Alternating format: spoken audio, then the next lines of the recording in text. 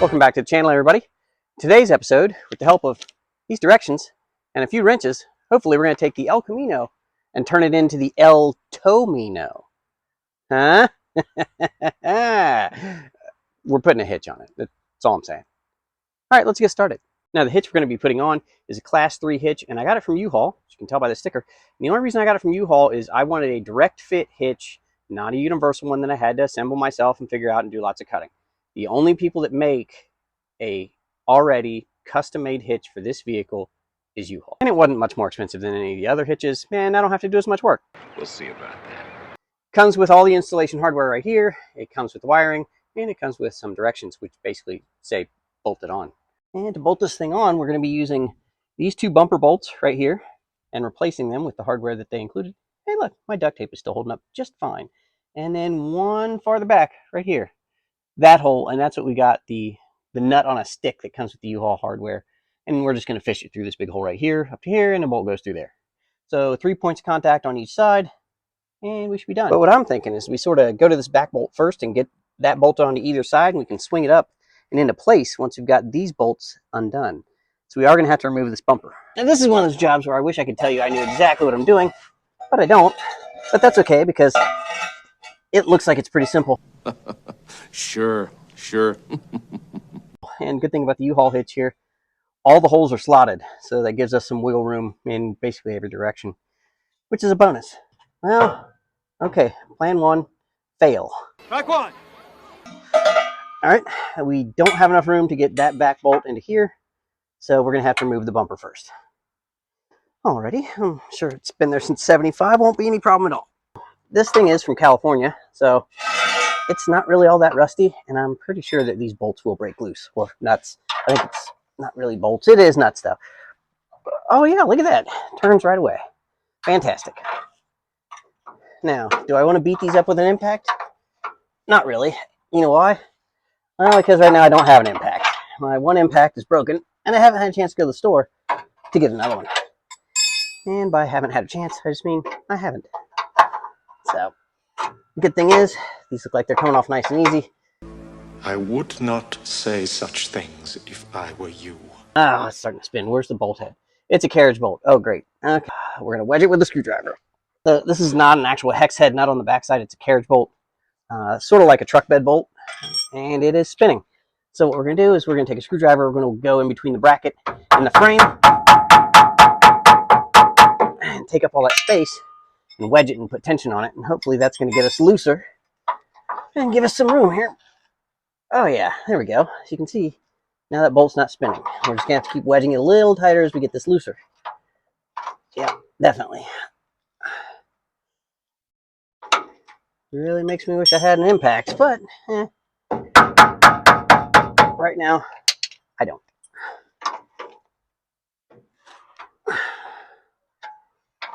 We may need a thicker screwdriver in a second, though, because I think that one's pretty much put all the tension on it that it can. Yep. Okay, we will need another screwdriver. Or a chisel, you know, something like that. We just need to wedge it.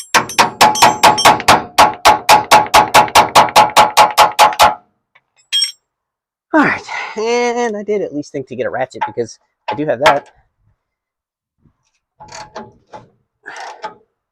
But now I can tell that is not turning. Oh, fantastic. Now I'll try it. Oh, bolt spinning. Okay, well, that means cutoff wheel. That's all there is to it.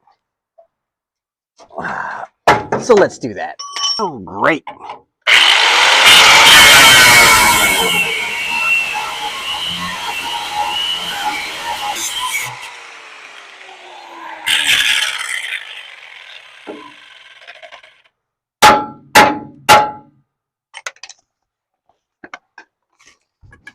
Now, let's repeat that process 3 times.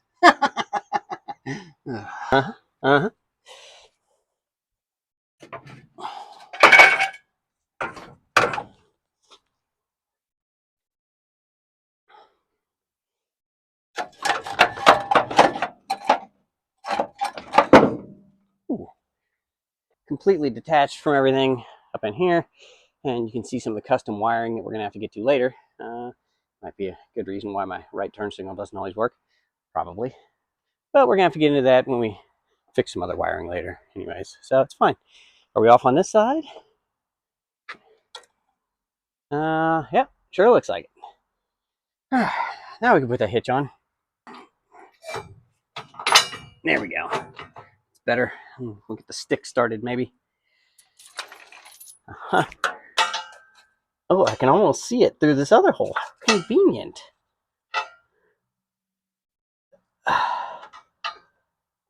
Oh, is it started? It's almost started. I need something like a ratchet. I can't tell if that's started or not. I think it is.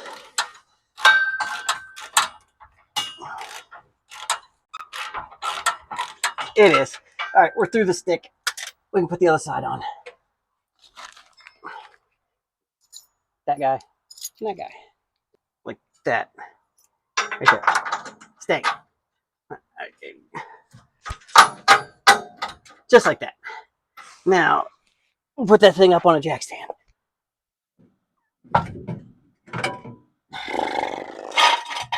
All right.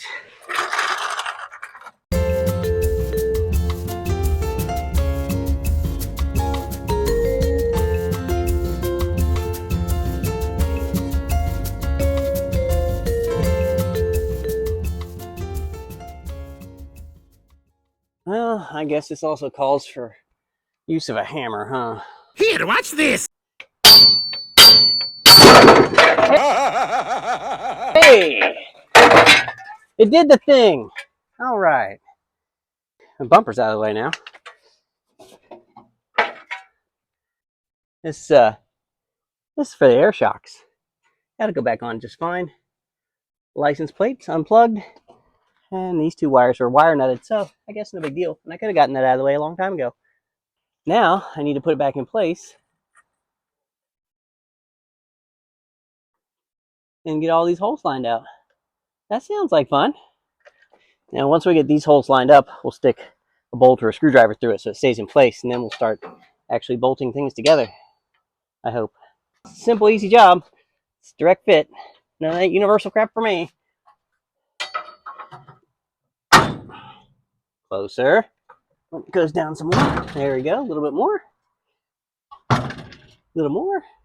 A little more. Ooh, perfect. Just stick with that one for now and get the other side lined up. Everything's lined up. I've got to take this back out. That's why I didn't want to get too crazy with it, because I got to put the bumper on.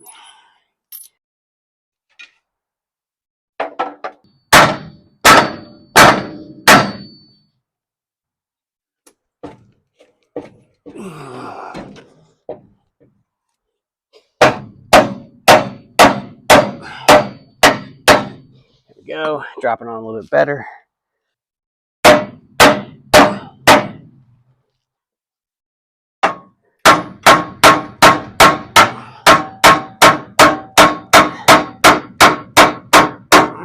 Okay, after a few struggles and lots of pounding with a hammer to get everything lined up, I've got all three bolts in each side. Everything's tightened down. All that's left is the wiring. I'm not going to bore you too much with the wiring, but it does tell you what color goes where. White is for your ground. Your taillight license plate is brown. Yellow is left turn.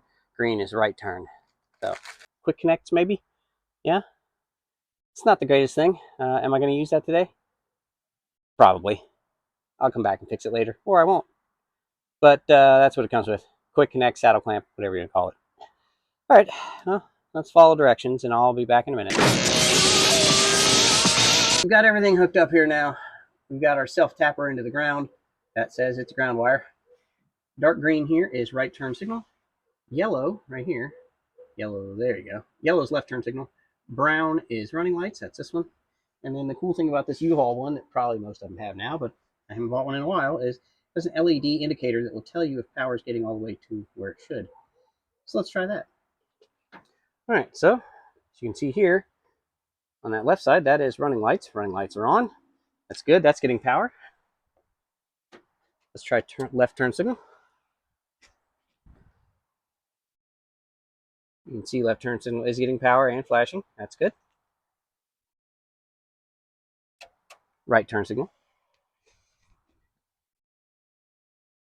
Right turn signal is on solid.